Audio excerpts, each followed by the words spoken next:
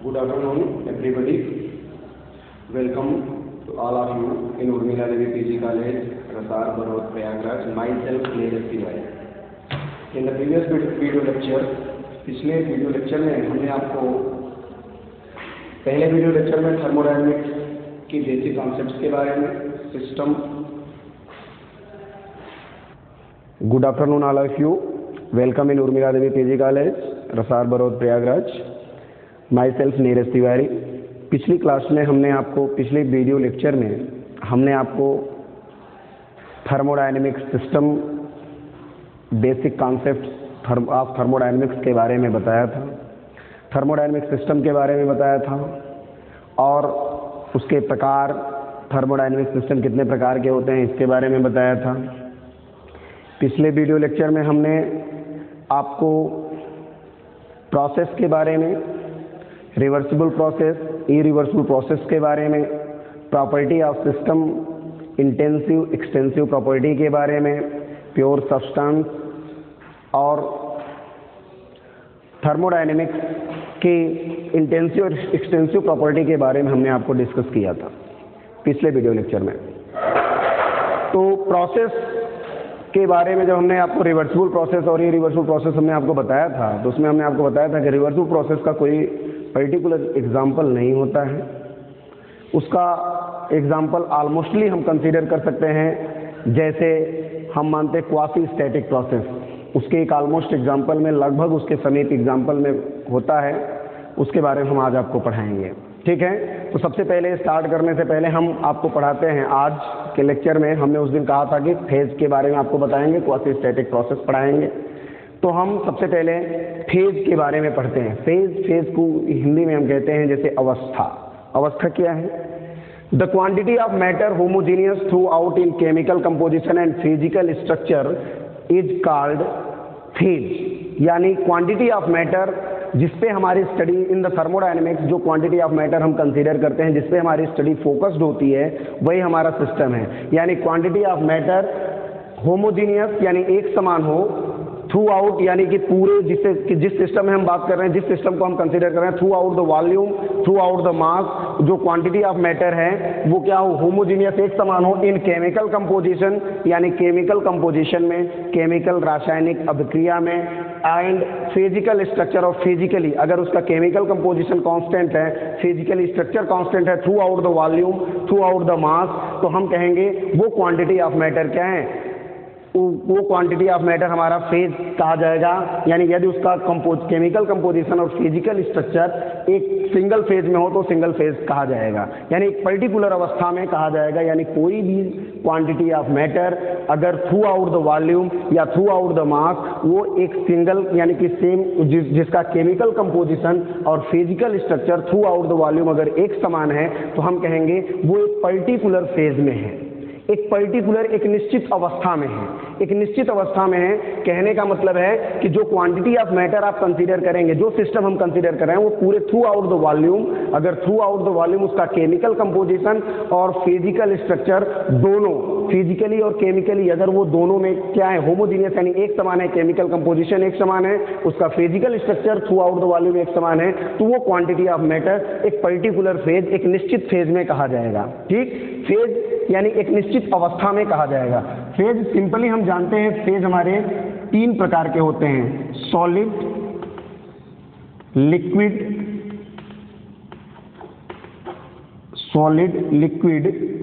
And gas. Solid, liquid and gas. Phase हमारे तीन प्रकार के होते हैं: सॉलिड, लिक्विड और गैस. ठीक. अब यहां ध्यान दीजिए कि सॉलिड, जैसे हमने कहा, क्वांटिटी ऑफ मैटर है थ्रू आउट द वॉल्यूम, यानी कि जिस सिस्टम को आप कंसीडर कर रहे हैं वो सिस्टम के थ्रू आउट द वॉल्यूम, उसके पूरे वॉल्यूम में यदि कि कोई भी क्वांटिटी ऑफ मैटर, आपने जिस क्वांटिटी ऑफ मैटर को लिया हुआ है, वो मैटर, उसका केमिकल कंपोजिशन और फिजिकल स्ट्रक्चर दोनों समान है थ्रू आउट द वॉल्यूम, तो हमारा एक सिंगल, एक पर्टिकुलर फेज में कहा जाएगा. ठीक है. फॉर एग्जाम्पल, हम एग्जाम्पल लेके आपको बताते हैं. जैसे हम किसी वेजल को कंसीडर करते हैं, वेजल को कंसीडर करते हैं, उसमें हम जैसे कोई सब्सटेंस रखते हैं, कोई क्वांटिटी ऑफ मैटर, मान लेते हैं हम वाटर कंसीडर करते हैं. जैसे हम यहाँ कंसीडर करते हैं एक क्लोज्ड सिस्टम कंसीडर करते हैं, एक क्लोज्ड वेजल लेते हैं, क्लोज सिस्टम यहाँ हम कंसीडर कर लेते हैं. इसमें हम वाटर लेते हैं, वाटर लेते हैं, वाटर लिया हमने, हम इसको नीचे से हीट प्रोवाइड करते हैं, हम नीचे से हीट इसको ट्रांसफ़र करेंगे। जब हम इसको हीट ट्रांसफ़र करेंगे, हीट एनर्जी ट्रांसफ़र करेंगे, यहाँ से हीट प्रोवाइड करेंगे, हीट प्रोवाइड करेंगे तो कुछ देर बाद ये उबलने लगेगा। उबल के क्या होगा, गैसियस स्टेट में इस प्रकार से वेपर में चेंज हो जाएगा, यानी लिक्विड क्या है, वेपर में, वाष्प में कन्वर्ट हो जाएगा, भाप में बदल जाएगा।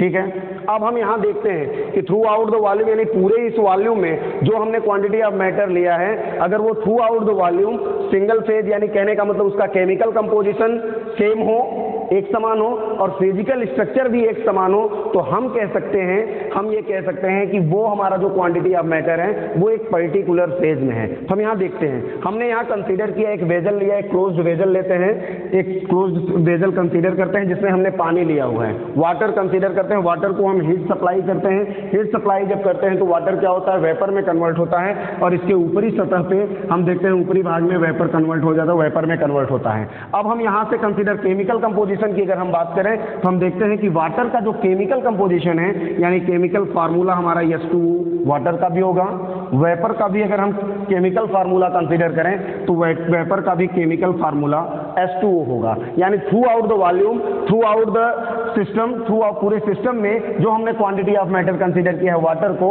उसका chemical composition throughout the volume same है, चाहे एक स्टेट में, यानी यहाँ देखिए लिक्विड स्टेट में है, यानी वाटर है, वाटर में लिक्विड स्टेट में है तब पर भी उसका, और लिक्विड वेपर में है, यानी कहने का मतलब वाटर वेपर के रूप में भी है, फिर भी हमारा केमिकल कंपोजिशन क्या है, सेम है। यानी कि पानी का भी केमिकल कंपोजिशन H2O होगा, वेपर वाष्प का गैसियस स्टेट में उसका केमिकल कंपोजिशन सेम होगा।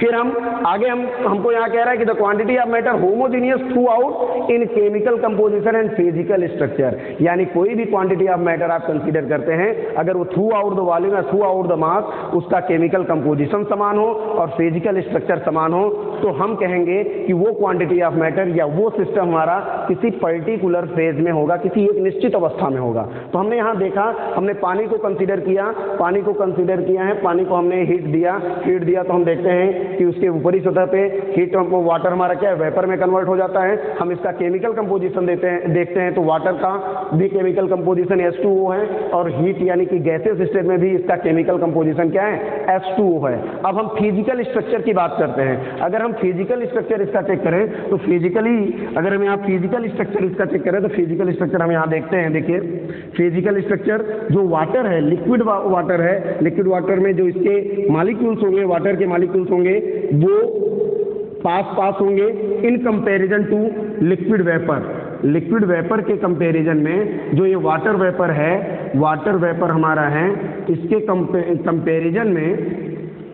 कंपैरिजन में जो लिक्विड वाटर के जो मॉलिक्यूल्स होंगे वो थोड़े समीप होंगे, यानी कि नियर होंगे in comparison to gases state. Gases state में मॉलिक्यूल क्या होंगे, दूर दूर होंगे। तो इसके आधार पे हम ये कह सकते हैं कि फिजिकल स्ट्रक्चर में लिक्विड का यानी कि वाटर के मॉलिक्यूल्स क्लोज होंगे एंड गैस के जो मॉलिक्यूल होंगे वो थोड़े दूर होंगे, यानी इसके मॉलिक्यूल गैस की अपेक्षा समीप होंगे, ये इसके मॉलिक्यूल गैस के वाटर की अपेक्षा दूर होंगे। इसलिए हम कहेंगे कि इसका फिजिकल स्ट्रक्चर क्या है, सेम नहीं है। फिजिकल स्ट्रक्चर सेम तब होता कि जैसे लिक्विड स्टेट में, यानी कहने का मतलब है कि वाटर का जो मॉलिक्यूल्स हैं वो जितने नज़दीक थे उतने ही नज़दीक अगर गैसेस स्टेट में भी मॉलिक्यूल्स होते हैं तो हम कहते हैं फिजिकल स्ट्रक्चर इसका सेम है। केमिकल कंपोजिशन तो सेम है, लिक्विड वाटर का भी केमिकल कंपोजिशन H2O है, वेपर का भी केमिकल कंपोजिशन H2O है, लेकिन फिजिकल स्ट्रक्चर जब हम चेक करते हैं तो हम देखते हैं कि लिक्विड स्टेट में जब वाटर होता है, लिक्विड स्टेट में होता है तो लिक्विड स्टेट में उसके जो मॉलिक्यूल्स होते हैं वो क्लोज होते हैं या थोड़ा समीप होते हैं, बट गैसियस स्टेट में, वेपर स्टेट में जब वो वाटर वेपर स्टेट में कन्वर्ट होता है तो वेपर स्टेट में उसके मॉलिक्यूल क्या होते हैं, लिक्विड स्टेट की अपेक्षा दूर होते हैं। इसलिए हम यहाँ कह सकते हैं कि केमिकल कंपोजिशन तो सेम है but it is not in physical. ये फिजिकल स्ट्रक्चर इसका क्या है, फिजिकल स्ट्रक्चर सेम नहीं है। Physical structure same, structure is not same.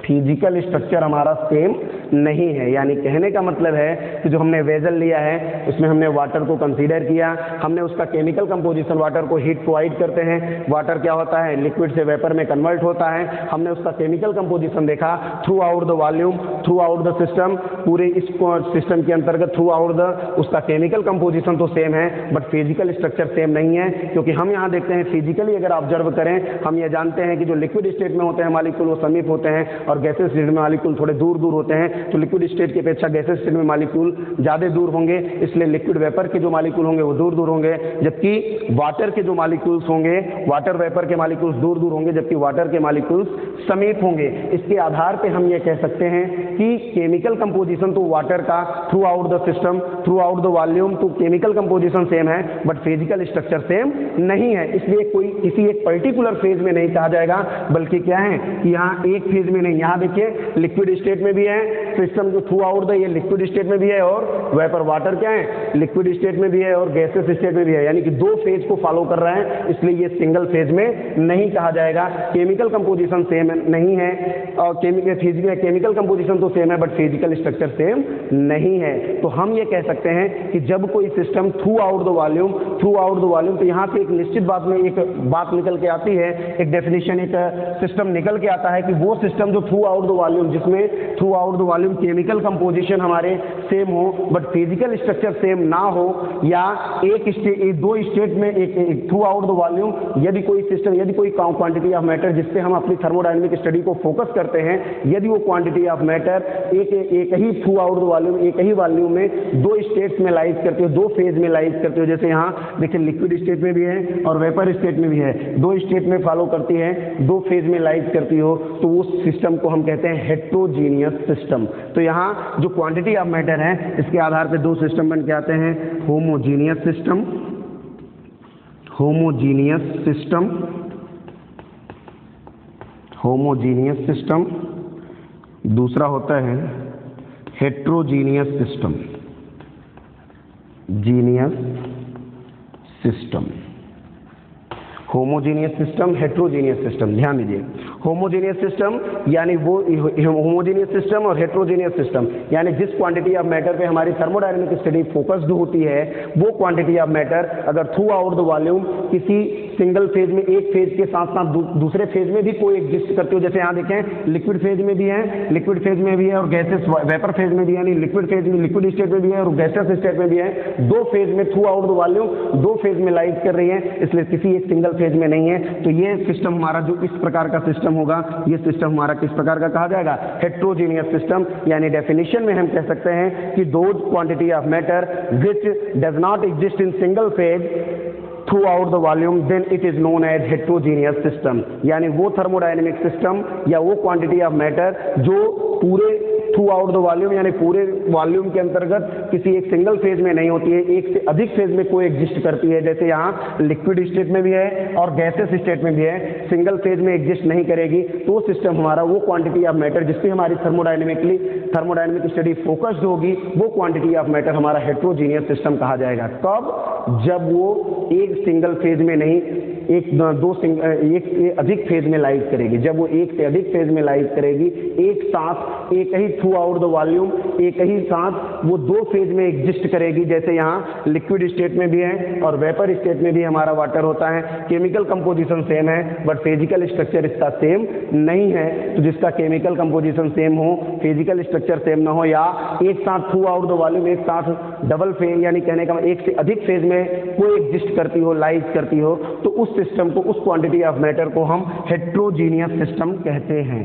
ठीक। और होमोजीनियस सिस्टम वो है कि जो थ्रू आउट द वॉल्यूम, अगर लिक्विड है तो throughout the volume liquid हो, अगर गैसियस स्टेट में है तो throughout the volume gas में हो, अगर हम कहते हैं सॉलिड स्टेट में है तो throughout the volume solid state में, यानी उसका physical structure throughout the volume same हो, chemical composition throughout the volume same हो, तो वो क्वांटिटी ऑफ मैटर जिससे हमारी थर्मोडायनेमिक स्टडी फोकस्ड होती है और through out the volume single phase में लाइज करती है, किसी एक फेज में अगर लिक्विड है तो throughout the the volume liquid हो, अगर सॉलिड है तो throughout the volume solid हो, अगर गैस है through out the volume gas हो, तो उस सिस्टम को हम होमोजीनियस सिस्टम कहते हैं। और वो सिस्टम जो थ्रू आउट द वॉल्यूम एक से अधिक फेज में लाइज करते हैं, जैसे लिक्विड के साथ वेपर हैं, लिक्विड वेपर साथ में लाइज करते हो, या वेपर लिक्विड गैस साथ में लाइज करते हो, या गैस लिक्विड साथ में लाइज करते हो, या सॉलिड लिक्विड साथ में लाइज करते हो, या सॉलिड गैस साथ में लाइज करते हो। एक से अधिक फेज अगर एक थ्रू आउट द वॉल्यूम एक से अधिक फेज में लाइज करती है,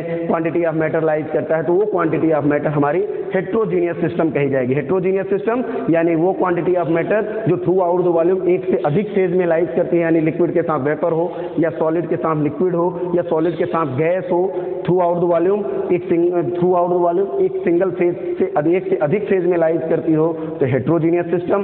और थ्रू आउट द वॉल्यूम अगर केवल सिंगल फेज में एक ही फेज में लाइज करती हो, यदि लिक्विड है तो throughout the volume liquid state में हो, अगर सॉलिड है तो throughout the volume solid state में रहे, अगर गैस है तो throughout the volume gas हो। यानी कि सिंगल फेज में अगर कोई system quantity of matter lies करती है थ्रू आउट द वॉल्यूम, तो वो क्वांटिटी ऑफ मैटर हमारा होमोजीनियस सिस्टम कहा जाएगा।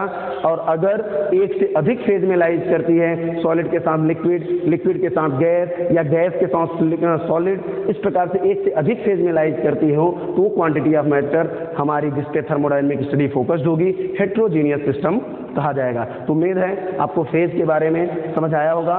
फेज क्या है? फेज वो क्वांटिटी ऑफ मैटर जिस पे हमारी थर्मोडायनेमिक स्टडी फोकस्ड होती है। वो क्वांटिटी ऑफ मैटर अगर थ्रू आउट द वॉल्यूम या पूरे स्पेस में through out the mass single यानी उसका केमिकल कंपोजिशन और फिजिकल स्ट्रक्चर कांस्टेंट हो, सेम हो, तो वो हमारा फेज कहा जाता है। फेज हमारे 3 प्रकार के होते हैं, सॉलिड, लिक्विड और gas.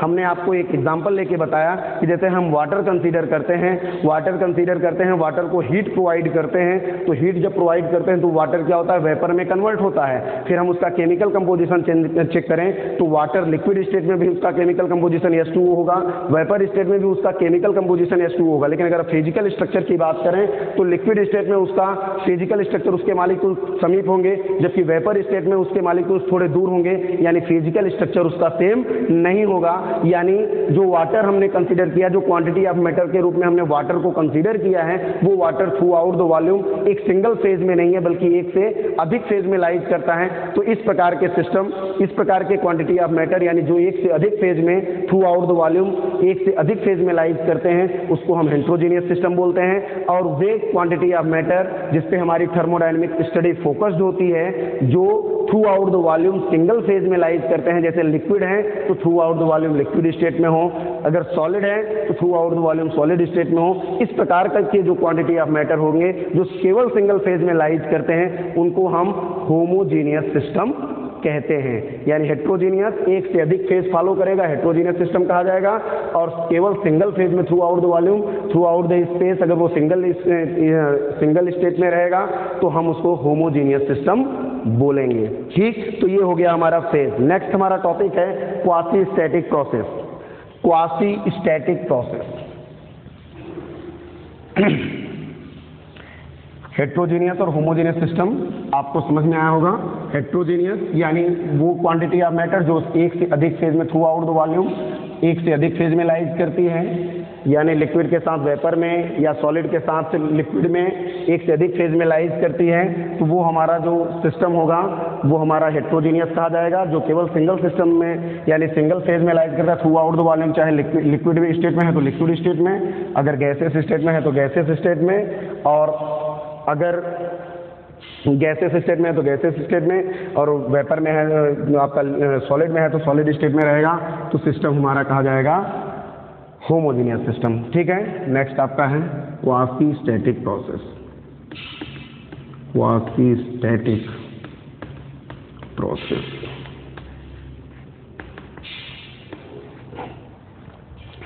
Quasi static process quasi static process क्या है, इसको समझने से पहले हम एक छोटा सा एग्जाम्पल लेते हैं। उस एग्जाम्पल के आधार पे हम आपको क्वासी स्टैटिक प्रोसेस के बारे में बताते हैं। एक छोटा सा एग्जाम्पल हम कंसीडर करेंगे। हम एक सिस्टम कंसीडर करते हैं। हम एक सिस्टम यहाँ कंसीडर कर लेते हैं। एक सिस्टम कंसीडर करेंगे, पिस्टन यहाँ पिस्टन हम लगाते हैं, ठीक है, विदाउट वाल्व, यहाँ कोई वाल्व नहीं है, विदाउट वाल्व एक सिस्टम हम यहाँ कंसीडर कर लेते हैं, ठीक है, एक सिस्टम हम कंसीडर करते हैं जिसमें कोई वाल्व लगा नहीं है, ठीक। और इस सिस्टम में हम एक गैस मान लेते हैं कि गैस इसमें है, गैस भरी हुई है,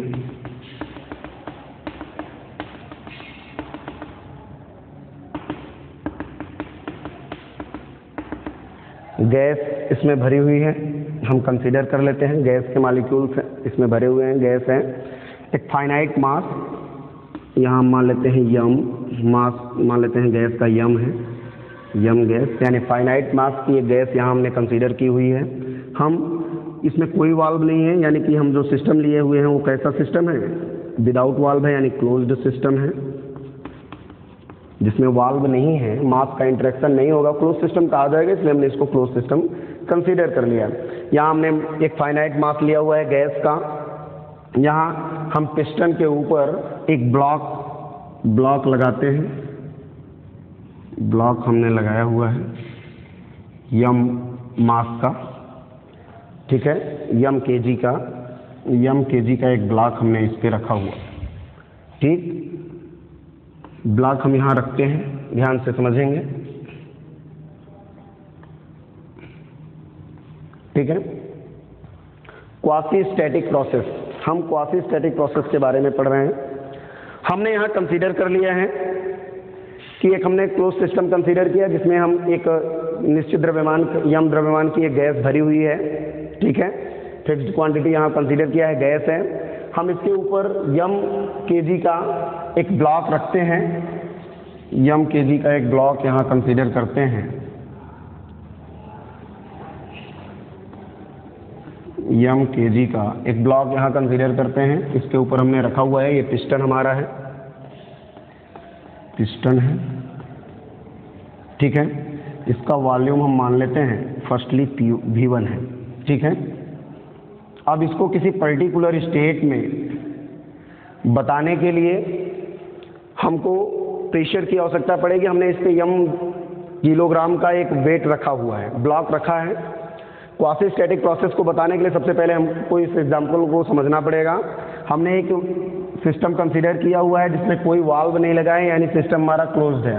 हमने एक यम द्रव्यमान की गैस को इसमें भरा हुआ है, यहाँ पिस्टन हमने लगाया जिसके ऊपर यम किलोग्राम का हम वेट रखते हैं। जब हम वेट यहाँ रखते हैं तो ये क्या है, वेट इसको क्या करेगा, कंप्रेस करेगा तो हम मानते हैं कि इसका वॉल्यूम जब ये स्टेबल पोजीशन में आएगा तो हमने मान लिया कि इसका यहाँ से लेके जो ये वॉल्यूम है गैस का हमने कंसीडर कर लिया V1 है, ये स्टेट 1 हो गया, ठीक है। अब यहाँ हमने प्रेशर अप्लाई किया हुआ है, तो प्रेशर हम देख रहे हैं कि जो पिस्टन है, पिस्टन के ऊपर जो मास हमने रखा हुआ है, जो वेट रखा है, वेट नॉर्मली एक्ट कर रहा है, नॉर्मली एक्ट करेगा तो यानी कि जो पिस्टन है ये गैस के ऊपर नॉर्मली एक प्रेशर, एक फोर्स अप्लाई करेगा, तो नॉर्मली फोर्स एक्ट करेगा। तो हम जानते हैं प्रेशर इज इक्वल टू होता है normal force acting on a body या ऑन ए सब्सटेंस। यहाँ पे हम देख रहे हैं कि नॉर्मल फोर्स लग रहा है, तो नॉर्मल फोर्स क्या लग रहा है, W एक बल, इसका जो मास है इसका वेट कार्य करेगा यहाँ, यानी W is equal to M into G। तो नॉर्मली फोर्स एक्ट होगा, यहाँ हो जाएगा W upon pressure is equal to हो जाएगा फोर्स का कार्य, यहाँ नॉर्मली फोर्स यानी इसका वेट करेगा, W अपॉन हो जाएगा एरिया ऑफ पिस्टन, ये प्रेशर हो जाएगा। प्रेशर हमको मिल गया, इसके आधार पे हमको प्रेशर मिल गया और हमने इसका वॉल्यूम कंसीडर किया V1 है, वॉल्यूम V1 है। तो यहाँ देख रहे हैं कि जब प्रेशर अप्लाइड होगा तो यहाँ प्रेशर क्या है, हाई है, तो हाई प्रेशर हमने इसको मान लिया कि प्रेशर को रिप्रेजेंट करेगा, ये वॉल्यूम को रिप्रेजेंट करेगा। यहाँ देखिए प्रेशर क्या है, प्रेशर हाई है, जब वेट यहाँ रख देंगे, वेट रखेंगे तो गैस क्या होगी, कॉम्प्रेस्ड होगी, गैस कॉम्प्रेस्ड होगी जिसका वॉल्यूम हमने V1 माना है, यानी गैस कॉम्प्रेस्ड होगी, यानी गैस का वॉल्यूम कम होगा और प्रेशर इंक्रीज करेगा, यानी प्रेशर हाई होगा। जब प्रेशर हाई होगा तो इसका मतलब क्या है, प्रेशर हाई होगा बट वॉल्यूम क्या होगा, कॉम्प्रेस्ड है, वॉल्यूम हमारा डिक्रीज करेगा। तो हम यहाँ high pressure and low volume, ठीक है, यहाँ लो वॉल्यूम को रिप्रेजेंट करेगा ये पॉइंट, ये हमारा स्टेट हो गया 1, ठीक है। High pressure low volume. अब हम यहाँ से मास को जैसे ही इस वेट को हटाते हैं, जब वेट को हटाएंगे तो गैस की क्या होगा, एक्सपैंड होगा, यानी वॉल्यूम इसका इंक्रीज करेगा, प्रेशर कम होगा। जैसे ही हम मास को यहाँ से वेट को हटाएंगे, जैसे ही ब्लॉक को हटा देंगे, ब्लॉक को हटाएंगे, वेट जैसे ही हटाएंगे वैसे ही पिस्टन क्या होगा, पीछे की ओर जाएगा। पिस्टन पीछे जाएगा तो वॉल्यूम इंक्रीज होगा। क्यों इंक्रीज होगा? क्योंकि हम जानते हैं गैस की टेंडेंसी होती है एक्सपेंशन की, यानी जैसे ही वॉल्यूम यानी कि प्रेशर आप हटाएंगे, गैस क्या होगी, एक्सपैंड होगी थ्रू आउट द वॉल्यूम, यानी जितना स्पेस उसको मिलेगा उतने स्पेस में वो क्या करेगी, एक्सपैंड करेगी। तो गैस क्या है, इस पिस्टन को पीछे करेगा और पिस्टन धीरे धीरे पीछे जाएगा। यहाँ हमने एक स्टॉपर्स लगाए हैं जिससे कि गैस जब एक्सपैंड होगी, स्टॉपर्स लगाए हैं, जैसे गैस जब एक्सपैंड होगी पिस्टन हमारा पीछे जाएगा तो पिस्टन निकल के बाहर ना जाए, इसलिए हमने यहाँ स्टॉपर्स लगाए हुए हैं। ठीक, तो गैस क्या है, इमीडिएटली एक्सपैंड करेगी यानी वॉल्यूम हमारा इंक्रीज करेगा और प्रेशर डिक्रीज करेगा। और एक नया स्टेट यहाँ हमारा हम मान लेते हैं, यहाँ हमारा जब ये गैस एक्सपैंड करेगी तो प्रेशर हमारा P2 हो जाएगा, वॉल्यूम V2 होगा। जब गैस एक्सपैंड करेगी तो वॉल्यूम इंक्रीज करेगा और प्रेशर डिक्रीज करेगा, तो वॉल्यूम इंक्रीज करेगा, प्रेशर डिक्रीज कर लेगा। तो हम यहाँ मान लेते हैं हमारा ये सेकेंड स्टेट हो गया 2, जहाँ पे प्रेशर आपका P2, वॉल्यूम आपका V2 है। ठीक, अब यहाँ ध्यान दीजिए, ध्यान देने वाली बात है कि जैसे ही हम यहाँ मास को रखते हैं, मास को अप्लाई करते हैं, जैसे ही वेट को अप्लाई करते हैं या वेट को रिमूव करते हैं, गैस क्या एक्सपैंड होती है और कॉम्प्रेस्ड होती है इमीडिएटली, वेरी फास्टली। जैसे ही हम पूरा वेट यहाँ रख देंगे, वेट रखेंगे, जल्दी से क्या होगा, ये तुरंत कॉम्प्रेस्ड हो जाएगी और जैसे ही वेट हटाएंगे तुरंत क्या होगी, एक्सपैंड होगी। तो एक्सपैंड होगी तो जितनी एनर्जी यहाँ कॉम्प्रेस्ड, जब हम इसको वेट रखते हैं, जितना कॉम्प्रेस इसको करते हैं, जब यहाँ से हम वेट को रिमूव करेंगे तो जब ये एक्सपैंड होगी तो उतनी एनर्जी, जितनी एनर्जी यहाँ से होती है, यहाँ इसके वर्क और एनर्जी हमको मिलती है कॉम्प्रेशन के दौरान, जब ये एक्सपैंड करेगी तो कुछ एनर्जी लॉस होगा। वो एनर्जी लॉस होगा मॉलिक्यूलर इंटरेक्शन के कारण भी, मॉलिक्यूल्स कोलाइड करेंगे इसके कारण भी, और साथ साथ ये जो पिस्टन हमारा लगा है, पिस्टन जो वाल के साथ फ्रिक्शन होगा, उस फ्रिक्शन के कारण कुछ एनर्जी लॉस होगी। तो इस सिस्टम हमारा लगातार स्टेट 1 से स्टेट 2 में या स्टेट 2 से स्टेट 1 में सेम पाथ से जाना संभव नहीं है, सेम पाथ से जाना संभव नहीं है। इसलिए जब इमीडिएटली फास्टली हम इस स्टेट को लेंगे, यानी जैसे तुरंत हम वेट को रखेंगे, गैस क्या होगी, कॉम्प्रेस्ड होगी, फास्टली कॉम्प्रेस्ड होगी। जैसे वेट को हटाएंगे, गैस फास्टली क्या होगी, एक्सपैंड होगी। जब गैस फास्टली एक्सपैंड होगी तो उस दौरान हमको जो एनर्जी होगा, ऐसा नहीं कि एनर्जी में लॉस नहीं होगा, तो सिंगल यानी कि स्टेट 1 से स्टेट 2 में सिस्टम आएगा और जैसे ही हम उसके ऊपर तुरंत फिर हम गैस को यहाँ से एक्सपैंड होगी गैस, और जैसे ही हम तुरंत उस पर वेट रखेंगे स्टेट 2 से स्टेट 1 में जाएगा, लेकिन सेम पाथ को फॉलो नहीं करेगा क्योंकि कुछ ना कुछ एनर्जी का लॉस होगा। यानी जब सिस्टम हमारा स्टेट 1 से स्टेट 2 में आएगा, जितनी एनर्जी के साथ आएगा, जब स्टेट 2 से स्टेट 1 में वापस जाएगा इनिशियल से फाइनल या फाइनल से इनिशियल में जाते वक्त कुछ न कुछ एनर्जी का पूरे प्रोसेस में, पूरे पाथ में कुछ न कुछ एनर्जी का लॉस होगा। फास्टली जब हम मूव करेंगे तो एनर्जी का लॉस होगा, और ये इस स्टेट 1 से स्टेट 2 में या स्टेट 2 से स्टेट 1 में, स्टेट 2 से स्टेट 1 में जाना संभव नहीं है। इसलिए हम क्या करेंगे, हम इस वेट को क्या करेंगे, n नंबर ऑफ स्लाइसेस में डिवाइड कर देंगे, n नंबर ऑफ स्लाइसेस में इसको डिवाइड कर देंगे। इसको n नंबर ऑफ स्लाइसेस में जब हम डिवाइड करेंगे तो हम क्या करेंगे, हम इसको जब फास्टली हम वर्क करेंगे तो एनर्जी का लॉस मैक्सिमम होगा, जिसके कारण हमको जो हम क्वासी स्टैटिक प्रोसेस में कंसीडर करना चाहते हैं वो हमको नहीं मिलेगा। जैसे कि हम रिवर्सिबल प्रोसेस में कंसीडर करते हैं, वो पाथ हमको फाइंड नहीं होगा। यानी कि इनिशियल स्टेट से सिस्टम हमारा फाइनल स्टेट में आएगा, फाइनल स्टेट से इनिशियल स्टेट में सेम पाथ से जाना संभव नहीं होगा। इसलिए हम इसके लिए क्या करते हैं, वेरी स्लो प्रोसेस कंसीडर करते हैं, क्योंकि हम जानते हैं ये रिवर्सिबल प्रोसेस का ऑलमोस्ट एग्जांपल नहीं होगा। ठीक है, क्योंकि हम जानते हैं कि रिवर्सिबल प्रोसेस क्या है, एक वेरी स्लो प्रोसेस है। तो हम क्या करते हैं, क्वासी स्टैटिक प्रोसेस में ही हम इस प्रकार का प्रोसेस कंसीडर करते हैं। हम क्या करते हैं, जो मास हमारा जो वेट है, इसको n नंबर ऑफ स्लाइसेस में डिवाइड करते हैं और धीरे धीरे एक एक स्लाइस को रिमूव करते जाते हैं। धीरे धीरे पिस्टन हमारा एक्सपेंड होता है और एक एक स्लाइस को बढ़ाते जाते हैं, एक एक ब्लॉक को बढ़ाते जाते हैं, और धीरे धीरे पिस्टन हमारा क्या होता है, ब्लॉक यानी कि वेट बढ़ता जाता है, और धीरे धीरे सिस्टम हमारा इनिशियल से फाइनल में और फाइनल से इनिशियल स्टेट में वापस जाता है। यहाँ ध्यान दीजिए, ध्यान देने वाली बात है कि जब हम इसको n नंबर ऑफ स्लाइसेस में डिवाइड कर देंगे, फिर एक एक स्लाइस को बढ़ाते जाएंगे, एक स्लाइस को रखेंगे, फिर सिस्टम हमारा एक स्टेट बाय स्टेट में आ जाएगा। जैसे हमने यहाँ इनिशियल स्टेट कंसीडर कर लिया, पहले वेट को कंसीडर कर लिया, फिर हम यहाँ से धीरे धीरे स्लाइस को रिमूव करते जाएंगे। एक स्लाइस रिमूव करेंगे तो सिस्टम हमारा इनिशियल से थोड़ा सा आगे आएगा, फिर हम एक स्लाइस को रिमूव करेंगे, फिर एक स्टेट में आएगा, फिर इस प्रकार से हमारा चेंजिंग हमको मिलता जाएगा इस प्रकार से एक सिंगल स्टेट से। यानी कहने का मतलब लगातार एक इक्विलिब्रियम स्टेट में सिस्टम हमारा चेंज होता जाएगा। यानी एक स्लाइस हटाएंगे, फिर सिस्टम हमारा एक्सपैंड होगा, जब एक स्टेबल पोजीशन में आ जाएगा, फिर हम दूसरे स्लाइस को रिमूव करेंगे, फिर वो एक्सपैंड होगा, फिर स्टेबल पोजीशन में आ जाएगा, फिर हम तीसरे को, इस प्रकार से वेरी स्लो, बहुत ही स्लोली हम इसको रिमूव करेंगे। जब हम वेरी स्लोली इसको रिमूव करेंगे तो हम देखेंगे कि सिस्टम हमारा इनिशियल से जब फाइनल में यानी स्टेट 1 से स्टेट 2 में जाएगा तो जो भी इक्विलिब्रियम, जो भी स्टेट इसके बीच में हमको फाइंड होंगे, जो भी इंटरमीडिएट स्टेट्स हमको मिलेंगे वो एक लगभग इक्विलिब्रियम स्टेट्स होंगे। ठीक, यानी कहने का मतलब है, ध्यान से समझिए, हमने कंसीडर किया था सबसे पहले एक क्लोज सिस्टम कंसीडर किया था, उसमें हमने गैस को कंसीडर किया। गैस का वॉल्यूम हमने मान लिया था V1 है, m kg का। जब हमने इसके ऊपर वेट W रखा था, mg वेट यहाँ पे हमने अप्लाई किया था। जैसे ही वेट को हटाएंगे सिस्टम हमारा इमीडिएटली वेरी फास्टली क्या होगा, एक्सपैंड होगा, यानी गैस एक्सपैंड होगी, तेजी से इसका वॉल्यूम इंक्रीज करेगा। तेजी से जब वॉल्यूम इंक्रीज करेगा तो इसमें जो एनर्जी लेके ये सिस्टम हमारा वॉल्यूम V2 से V1 में आया था, वो एनर्जी लेके V1 से V2 में वापस नहीं जाएगा, कुछ एनर्जी का लॉस होगा। तो उसे एनर्जी लॉस को कम करने के लिए, परफेक्टली रिवर्सिबल बनाने के लिए, कंप्लीटली रिवर्सिबल प्रोसेस के समीप ले जाने के लिए हम क्या करते हैं, वेट को n नंबर ऑफ स्लाइसेस में डिवाइड कर देते हैं। n नंबर ऑफ स्लाइसेस में डिवाइड करते हैं। हम एक एक स्लाइस को बढ़ाते जाएंगे, जैसे जैसे हम स्लाइस को बढ़ाते जाएंगे वैसे वैसे सिस्टम हमारा क्या होगा, एक स्टेट से दूसरे स्टेट में चेंज होता जाएगा। जैसे हम स्लाइस को रिमूव करेंगे तो स्टेट 1 से एक स्टेट में जब एक स्लाइस को रिमूव करेंगे, फिर वो स्टेबल पोजीशन में दूसरे स्लाइस को रिमूव करेंगे,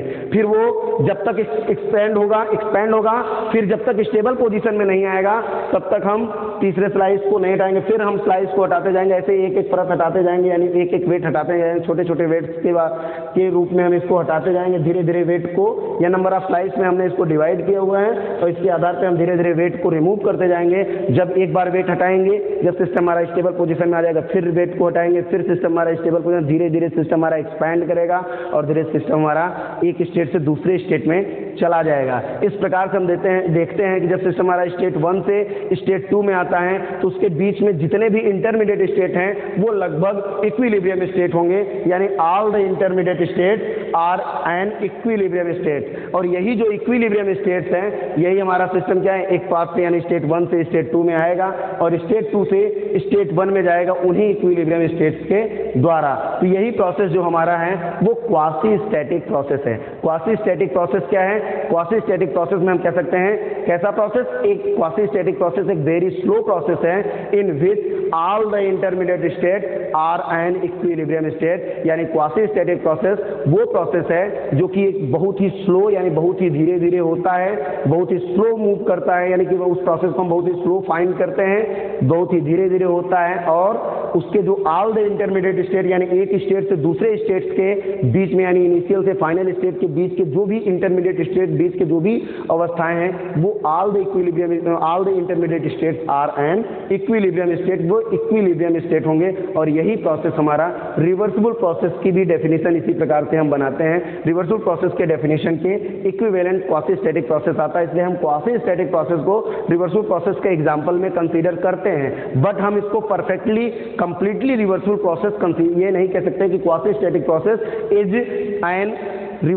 ए रिवर्सिबल प्रोसेस, हम ऐसा नहीं कह सकते हैं। हम क्वासी स्टैटिक प्रोसेस को ऑलमोस्ट रिवर्सिबल, यानी लगभग रिवर्सिबल प्रोसेस के समीप होता है, पूर्ण रूप से ये रिवर्सिबल प्रोसेस में नहीं होगा, क्योंकि प्रैक्टिकली फिजिकली अगर हम यहाँ कंसीडर करें तो जो भी पिस्टन हमने यहाँ लिया है इसके मालिक्यूल, यानी जो गैस कंसीडर किया, गैस के मालिक्यूल्स के इंटरेक्शन के कारण भी, और जो पिस्टन और वाल्व्स के बीच का जो फ्रिक्शन है, इस फ्रिक्शन के कारण कुछ न कुछ एनर्जी का लॉस होगा, जबकि रिवर्सिबल प्रोसेस में किसी भी प्रकार की एनर्जी का लॉस नहीं होता है। There are no loss of energy between initial and final state of a system, यानी किसी भी सिस्टम के इनिशियल से फाइनल स्टेट के बीच में किसी भी प्रकार के एनर्जी का लॉस नहीं होता है रिवर्सिबल प्रोसेस में। But in quasi static process हम ऐसा कंसीडर कर सकते हैं, ऐसा हम जानते हैं कि थोड़ी बहुत एनर्जी का लॉस होगा, इसलिए क्वासी स्टैटिक प्रोसेस को हम परफेक्टली रिवर्सिबल प्रोसेस कंसीडर नहीं करेंगे, बल्कि हम क्वासी स्टैटिक प्रोसेस को कंसीडर कर सकते हैं almost reversible process. Almost reversible process कह सकते हैं, ऑलमोस्ट रिवर्सिबल प्रोसेस कह सकते हैं। और जो इसके इंटरमीडिएट स्टेट्स हैं कैसे हमको इक्विलिब्रियम में मिलेंगे ये हमने आपको बताया। हमने कहा कि सबसे पहले हम एक एग्जांपल कंसीडर करेंगे तभी हम क्वासी स्टैटिक प्रोसेस को समझ पाएंगे। हमने एक एग्जांपल कंसीडर किया, क्लोज सिस्टम लिया है।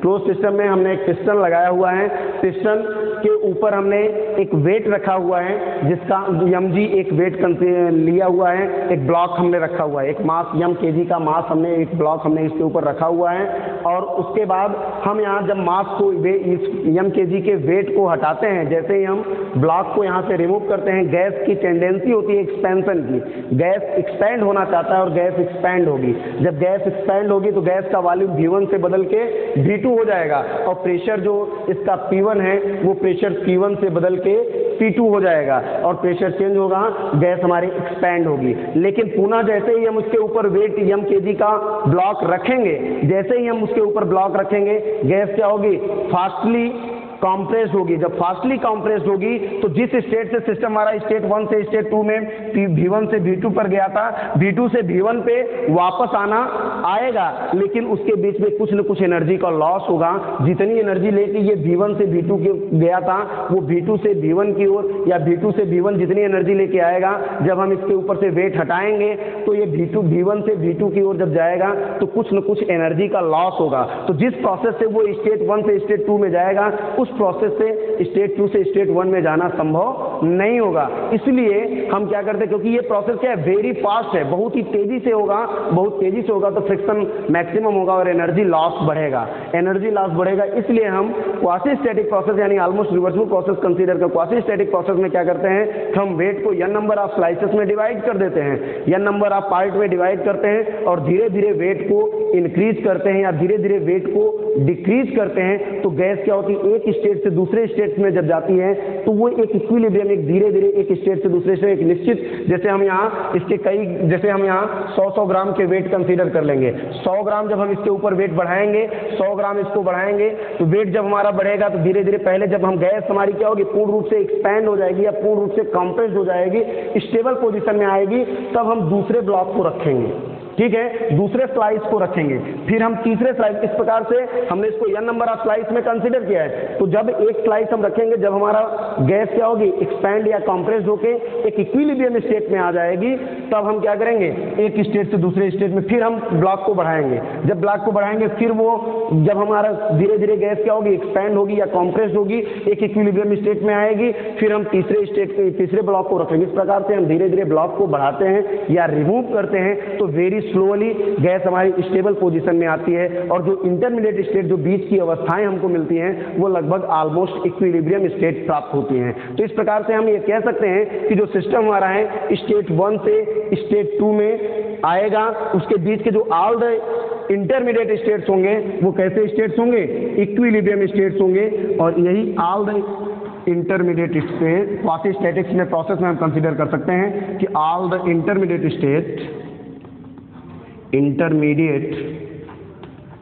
states are an equilibrium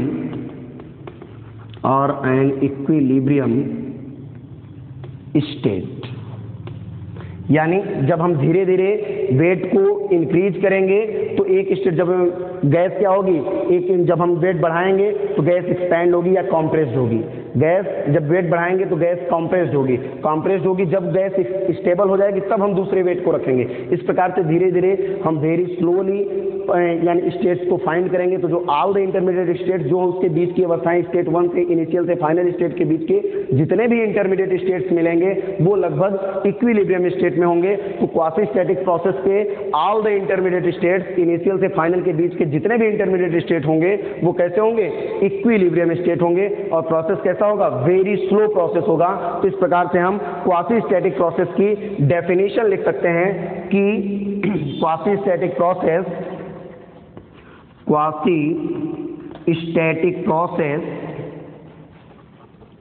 process is a very slow, quasi-static process is a very slow process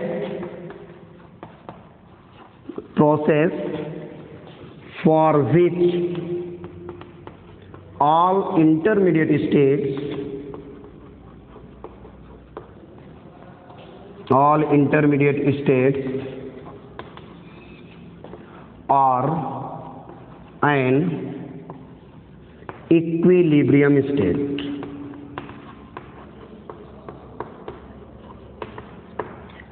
और एन इक्विलिब्रियम स्टेट। इस प्रकार से हम यहाँ कंसीडर कर सकते हैं कि जो ऑल द इक्विलिब्रियम स्टेट्स होंगे वो हमारे क्या होंगे, इक्विलिब्रियम स्टेट्स होंगे, ठीक ना। इंटरमीडिएट स्टेट्स को हम कह सकते हैं क्वासी स्टैटिक प्रोसेस एक वेरी स्लो प्रोसेस है, जिसके लिए ऑल द इंटरमीडिएट स्टेट्स जो उसके बीच की अवस्थाएं होंगी वो इक्विलिब्रियम स्टेट्स होंगी, यानी साम्य अवस्थाएं होंगी। यहाँ ध्यान देने वाली बात यह है कि क्वासी स्टैटिक प्रोसेस का डेफिनेशन लगभग रिवर्सल प्रोसेस के डेफिनेशन से मिलता है, क्योंकि रिवर्सल प्रोसेस में भी हम कहते हैं कि reversal process in the reversal process all the intermediate states are equilibrium states, but quasi-static process is not a perfect reversible process, but it is a also we consider the almost reversible process. हम almost reversible process इसको consider कर सकते हैं, but ये perfectly reversible process नहीं होता है, क्योंकि reversible process वो है जिसमें there are no loss of energy between when system is expand from initial to final or final to initial, यानी जब सिस्टम हमारा इनिशियल से फाइनल में, यानी कि गैस हमारी एक्सपैंड हो, इनिशियल से फाइनल में जाए सिस्टम, या सिस्टम हमारा फाइनल से इनिशियल स्टेट में कंसीडर हो, तो उसके बीच में किसी भी प्रकार का की एनर्जी लॉस नहीं होती है इन the reversal process. But in quasi static process physically practically ऐसा संभव नहीं है, थोड़ी बहुत एनर्जी का लॉस होगा, भले ही हम उसको ऑब्जर्व न कर सकें, मेजर न कर सकें, बट कुछ न कुछ फ्रिक्शन यहाँ पिस्टन और वाल्व्स के बीच में होगा, या मॉलिक्यूलर इंटरेक्शन मॉलिक्यूलर कोलिजन के कारण थोड़ी बहुत एनर्जी का लॉस होता है। इसलिए क्यों, क्योंकि एनर्जी का लॉस होगा यहाँ पे, जैसे कि जो मॉलिक्यूल्स यहाँ पे इंटरेक्ट होंगे या यहाँ पे स्ट्राइक करेंगे, टक्कर करेंगे, उन मॉलिक्यूल्स की एनर्जी क्या होगी, थोड़ी बहुत एनर्जी का लॉस होता है। इसलिए हम कह सकते हैं कि quasi static process is not a perfect reversal process, but it is consider as a reversal process, almost reversal process के रूप में। लगभग इसको हम रिवर्सल प्रोसेस की ही तरह इसका वर्क होता है, बट हम इसको परफेक्टली पूर्ण रूप से रिवर्सल प्रोसेस में कंसीडर नहीं कर सकते हैं, ठीक है। इसके साथ ही क्वासी स्टैटिक प्रोसेस हमारा समाप्त होता है। तो हमने आपको बताया फेज और quasi static process, quasi static process और फेज के बारे में हमने आपको बताया, ठीक है। क्वासी स्टैटिक प्रोसेस के बाद हम आते हैं लॉज ऑफ थर्मोडायनेमिक्स। थर्मोडायनेमिक्स उष्मागतिकी के नियम। तो बेसिकली थर्मोडायनेमिक्स हमने 4 नियम पढ़े हैं, पीछे की कक्षाओं में भी आपने इंटरमीडिएट में पढ़ा होगा, ठीक है। यहाँ भी हम बेसिकली 4 नियम पढ़ते हैं थर्मोडायनेमिक्स के।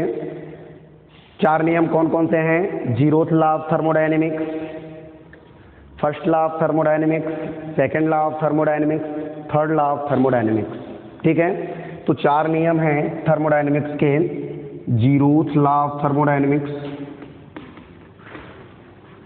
जीरोथ लॉ ऑफ थर्मोडायनेमिक्स,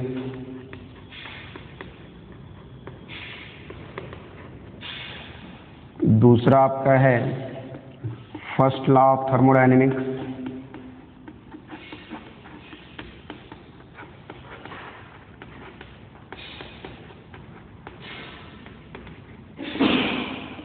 तीसरा है सेकंड लॉ ऑफ थर्मोडायनेमिक्स,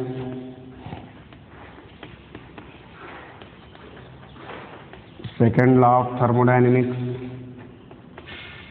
और तीसरा है third law of thermodynamics.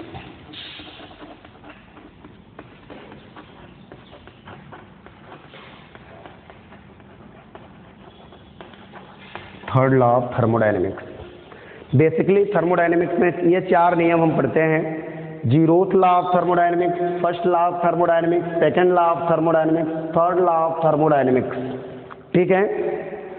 Zeroth law of thermodynamics, zeroth, ये जीरो क्यों आया, जीरोथ लॉ यानी कि जीरोथ लॉ ये क्यों आया, ठीक है। तो जीरोथ लॉ ऑफ थर्मोडायनेमिक्स जो है वो basic fundamental law of thermodynamics है, यानी फंडामेंटल लॉ कहने का मतलब है कि थर्मोडायनेमिक्स का मूल नियम है। लेकिन जो जीरोथ लॉ ऑफ थर्मोडायनेमिक्स है ये फर्स्ट लॉ और सेकंड लॉ ऑफ थर्मोडायनेमिक्स के बाद आया, बाद इंट्रोड्यूस हुआ, यानी फर्स्ट लॉ और thermodynamics, second law of thermodynamics के बाद जीरोथ लॉ ऑफ थर्मोडायनेमिक्स आया। लेकिन जीरोथ लॉ ऑफ थर्मोडायनेमिक्स का जो कॉन्सेप्ट है वो फर्स्ट लॉ और सेकंड लॉ ऑफ थर्मोडायनेमिक्स के कॉन्सेप्ट से पहले होना चाहिए था, इसलिए इसको हम जीरोथ लॉ ऑफ थर्मोडायनेमिक्स देखा गया कि ये फंडामेंटल लॉ ऑफ थर्मोडायनेमिक्स है। इसलिए अब सेकंड लॉ ऑफ थर्मोडायनेमिक्स के बाद इसको थर्ड लॉ ऑफ थर्मोडायनेमिक्स नहीं कह सकते हैं। क्यों? क्योंकि जीरोथ लॉ ऑफ थर्मोडायनेमिक्स जो है वो बेसिक कॉन्सेप्ट देता है जो फर्स्ट लॉ ऑफ थर्मोडायनेमिक्स और सेकंड लॉ ऑफ थर्मोडायनेमिक्स के पहले होना चाहिए था। ठीक, इसलिए इसको थर्ड लॉ ऑफ थर्मोडायनेमिक्स का नाम देना संभव नहीं था, इसलिए इसको फर्स्ट लॉ के पहले, फर्स्ट लॉ और सेकंड लॉ ऑफ थर्मोडायनेमिक्स के पहले ये फंडामेंटल लॉ है, इसका कॉन्सेप्ट जो है फंडामेंटल लॉ ऑफ थर्मोडायनेमिक्स कहा जाता है ये, यानी कि इसका कॉन्सेप्ट जो है फर्स्ट लॉ और सेकंड लॉ ऑफ थर्मोडायनेमिक्स के कॉन्सेप्ट से पहले आना चाहिए था, इसलिए इसको थर्ड लॉ ऑफ थर्मोडायनेमिक्स अगर कहा जाता तो अच्छा ना होता, इसलिए इसको जो है जीरोथ लॉ ऑफ थर्मोडायनेमिक्स कहा गया, यानी सबसे पहले जीरो, फिर फर्स्ट, फिर सेकेंड, फिर थर्ड। ठीक है, यानी जीरोथ लॉ ऑफ थर्मोडायनेमिक्स क्यों कहा गया, नाम इसका रखा गया, क्योंकि जीरोथ लॉ ऑफ थर्मोडायनेमिक्स का जो कॉन्सेप्ट है वो first law of thermodynamics, second law of thermodynamics के कॉन्सेप्ट से फंडामेंटल है, मूल है, तो उसको पहले पढ़ना था, इसलिए सेकेंड लॉ ऑफ थर्मोडायनेमिक्स के बाद अगर थर्ड लॉ नाम रखा जाता तो ये क्लियर ना होता, इसलिए इसको सुटेबल ना पड़ता, इसलिए इसको जीरोथ लॉ ऑफ थर्मोडायनेमिक्स कहा गया। बेस है ये थर्मोडायनेमिक्स का, इसलिए मूल है, इसलिए इसको जीरो के नाम से रखा गया। Zeroth law of thermodynamics almostly first law और सेकंड लॉ ऑफ थर्मोडायनेमिक्स के बाद आया है, लेकिन इसको जीरो इसलिए कहा गया क्योंकि जो इसका कॉन्सेप्ट है वो फर्स्ट लॉ और सेकंड लॉ के पहले आना चाहिए था, इसलिए इसको जीरोथ लॉ ऑफ थर्मोडायनेमिक्स का नाम दिया गया। तो जीरोथ लॉ ऑफ थर्मोडायनेमिक्स की खोज आर.एस. फाउलर ने की है। इसके ये हमको कौन सा कॉन्सेप्ट देता है? जीरोथ लॉ ऑफ थर्मोडायनेमिक्स हमको बताता है थर्मल इक्विलिब्रियम के बारे में। थर्मल इक्विलिब्रियम, थर्मल इक्विलिब्रियम के बारे में जीरोथ लॉ ऑफ थर्मोडायनेमिक्स हमको थर्मल इक्विलिब्रियम का कॉन्सेप्ट देता है। आगे हम अभी जीरोथ लॉ ऑफ थर्मोडायनेमिक्स के बारे में और भी एक्सप्लेनेशन के साथ डिस्कस करेंगे जीरोथ लॉ ऑफ थर्मोडायनेमिक्स को, लेकिन इसका अभी हम देखते हैं कि जीरोथ लॉ ऑफ थर्मोडायनेमिक्स हमारा थर्मल इक्विलिब्रियम का कॉन्सेप्ट देता है, इसलिए इसको यहाँ ध्यान दीजिए। हमने आपको बताया कि जीरोथ लॉ क्यों पढ़ा, जीरो नाम क्यों पढ़ा। जीरो नाम बहुत से लोग बता देते हैं कि जीरोथ लॉ ऑफ थर्मोडायनेमिक्स है, लेकिन उसमें जीरोथ को बता देते हैं कि जीरोथ किसी वैज्ञानिक का नाम है, लेकिन ऐसा नहीं है। जीरोथ लॉ इसलिए इसका नाम पड़ा क्योंकि फर्स्ट लॉ और सेकंड लॉ ऑफ थर्मोडायनेमिक्स के पहले इसको आना था, ये फर्स्ट लॉ और सेकंड लॉ के बाद आया, लेकिन जो इसका कॉन्सेप्ट था वो फर्स्ट लॉ और सेकंड लॉ के पहले होना चाहिए था, इसलिए इसको पहले रखा गया क्योंकि जो जीरोथ लॉ ऑफ थर्मोडायनेमिक्स का जो कॉन्सेप्ट है वो फंडामेंटल है, इसलिए इसको फर्स्ट लॉ सेकंड लॉ के पहले नाम दिया गया, जीरोथ लॉ ऑफ थर्मोडायनेमिक्स बताया गया। ठीक है, जीरोथ लॉ ऑफ थर्मोडायनेमिक्स हमको क्या दिखाता है, यानी क्या देता है, थर्मल इक्विलिब्रियम के बारे में बताता है। थर्मल इक्विलिब्रियम आप जानते हैं, यानी जैसे जो दो ऑब्जेक्ट हैं, अगर दोनों ऑब्जेक्ट के टेम्परेचर यानी उनका कह सकते हैं एक प्रकार से थर्मल एनर्जी यदि इक्विवेलेंट है, यानी उनका टेम्परेचर आपस में बराबर है, तो दोनों ऑब्जेक्ट एक दूसरे के थर्मल इक्विलिब्रियम में कहे जाते हैं। इसी के बारे में जीरोथ लॉ ऑफ थर्मोडायनेमिक्स में हम पढ़ते हैं, आगे हम आपको इसको और डिटेल बताएंगे अभी। ठीक है, नेक्स्ट हमारा दूसरा नियम जो थर्मोडायनेमिक्स का है, first law of thermodynamics. First law of thermodynamics is basically a law of conservation of energy. First law of thermodynamics basically law of conservation of energy है, यानी एनर्जी ऊर्जा संरक्षण का सिद्धांत है। जैसे हम law of conservation of energy में जानते हैं कि एनर्जी ना तो क्रिएट होती है ना ही डिस्ट्रॉय होती है, बल्कि एक रूप से एक फॉर्म से दूसरे फॉर्म में कन्वर्ट होती है। जैसे फर्स्ट लॉ ऑफ थर्मोडायनेमिक्स में, जैसे हमने थर्मोडायनेमिक्स की डेफिनेशन में आपको बताया था कि थर्मोडायनेमिक्स वो साइंस है जिसमें हीट एनर्जी को पावर में यानी वर्क एनर्जी में और वर्क एनर्जी को हीट एनर्जी में हम कन्वर्ट करते हैं। तो इसी प्रकार से जो फर्स्ट लॉ ऑफ थर्मोडायनेमिक्स है basically law of conservation of energy है, जिसमें हम एनर्जी ट्रांसफर की बात करते हैं। एनर्जी ना तो यानी कहने का मतलब क्रिएट होती है ना ही डिस्ट्रॉय होती है, बल्कि one form of energy convert होती है अनदर फॉर्म ऑफ एनर्जी में। यानी हम कह सकते हैं कि फर्स्ट लॉ ऑफ थर्मोडायनेमिक्स क्या है। फर्स्ट लॉ ऑफ थर्मोडायनेमिक्स के बारे में अगर हम पहला पॉइंट लिखना चाहें तो फर्स्ट लॉ ऑफ थर्मोडायनेमिक्स हमारा कहा जा सकता है, first law of thermodynamics is the law of conservation of energy. First law of thermodynamics is the law of conservation of energy. Law of conservation of energy, law of conservation of energy पे depend करता है और इसके आधार पे हम यहाँ consider कर सकते हैं law of conservation of energy, यानी एनर्जी एक फॉर्म से दूसरे फॉर्म में कन्वर्ट होती है। यानी फर्स्ट लॉ ऑफ थर्मोडायनेमिक्स में हम दूसरा पॉइंट हम कंसीडर कर सकते हैं, दूसरा पॉइंट ले सकते हैं क्या कि ये इसमें क्या होता है, एनर्जी एक फॉर्म से दूसरे फॉर्म में ट्रांसफर होती है, यानी हीट एनर्जी हमारी पावर में या पावर हमारा हीट में कन्वर्ट होता है। इस प्रकार से हम यहाँ कह सकते हैं वर्क ट्रांसफर होता है, वर्क ट्रांसफर या और हीट ट्रांसफर की बात करेंगे, यानी हीट एनर्जी को हम वर्क एनर्जी में या वर्क एनर्जी को हीट एनर्जी में हम कन्वर्ट करते हैं। ठीक है, work transfer and heat transfer की बात करते हैं। तीसरा एक पॉइंट और यहाँ आता है कि फर्स्ट लॉ ऑफ थर्मोडायनेमिक्स में हम क्या पढ़ेंगे, फर्स्ट लॉ ऑफ थर्मोडायनेमिक्स हमको तीसरा पॉइंट देता है concept of enthalpy. Concept of enthalpy के बारे में बताता है। एंथैल्पी एक प्रकार से हीट का एनालॉगस है। ठीक है, हीट का एनालॉगस है, तो हम एंथैल्पी को बेसिकली डिफाइन करना बहुत ही कॉम्प्लिकेटेड है।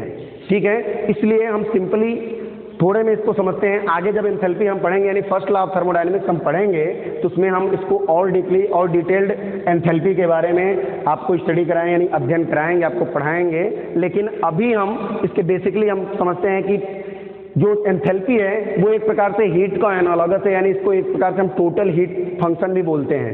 टोटल हीट फंक्शन का मतलब है कि किसी भी सिस्टम, किसी भी क्वांटिटी ऑफ मैटर की अगर हम बात करें तो उसका जो नेट हीट कंटेंट है, टोटल हीट कंटेंट है, उसको हम एंथैल्पी के अकॉर्डिंगली कंसीडर कर सकते हैं, या हम मानते हैं एंथैल्पी एक प्रकार से टोटल हीट फंक्शन होती है। एंथैल्पी को और भी डिफाइन करने के लिए हम समझते हैं मैथमेटिकली एंथैल्पी क्या है, इंटरनल एनर्जी और फ्लो ऑफ एनर्जी का समेशन है। एंथैल्पी जो है वो हमारा इंटरनल एनर्जी और फ्लो एनर्जी का समेशन है। जनरली हम यहाँ कह सकते हैं, इसको मैथमेटिकली लिखें तो एच इंटरनल एंथैल्पी को हम कैपिटल एस से डिनोट करते हैं। एच इज इक्वल टू होता है यू प्लस पी भी, जहाँ यू को हम जानते हैं इंटरनल एनर्जी और फ्लो एनर्जी का समेशन होता है एंथैल्पी। पी भी क्या है, फ्लो ऑफ वर्क हम इसको कंसीडर कर सकते हैं, या फ्लो वर्क भी ले सकते हैं, या फ्लो एनर्जी भी बोलते हैं। ठीक, तो एंथैल्पी हमारा क्या है, इंटरनल एनर्जी और फ्लो एनर्जी का एक समेशन है। ठीक, और एक कॉन्सेप्ट हमको फर्स्ट लॉ ऑफ थर्मोडायनेमिक्स में मिलता है, concept of internal energy. Concept of internal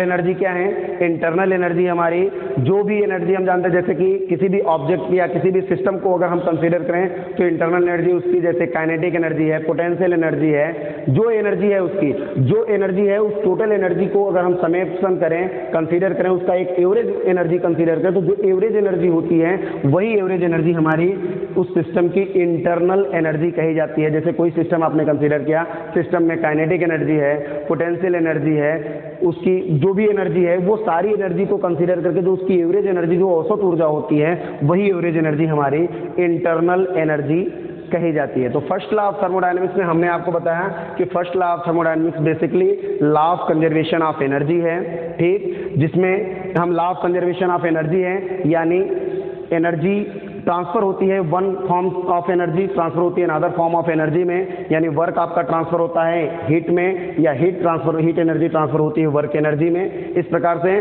और तीसरा हमारा पॉइंट होता है concept of enthalpy.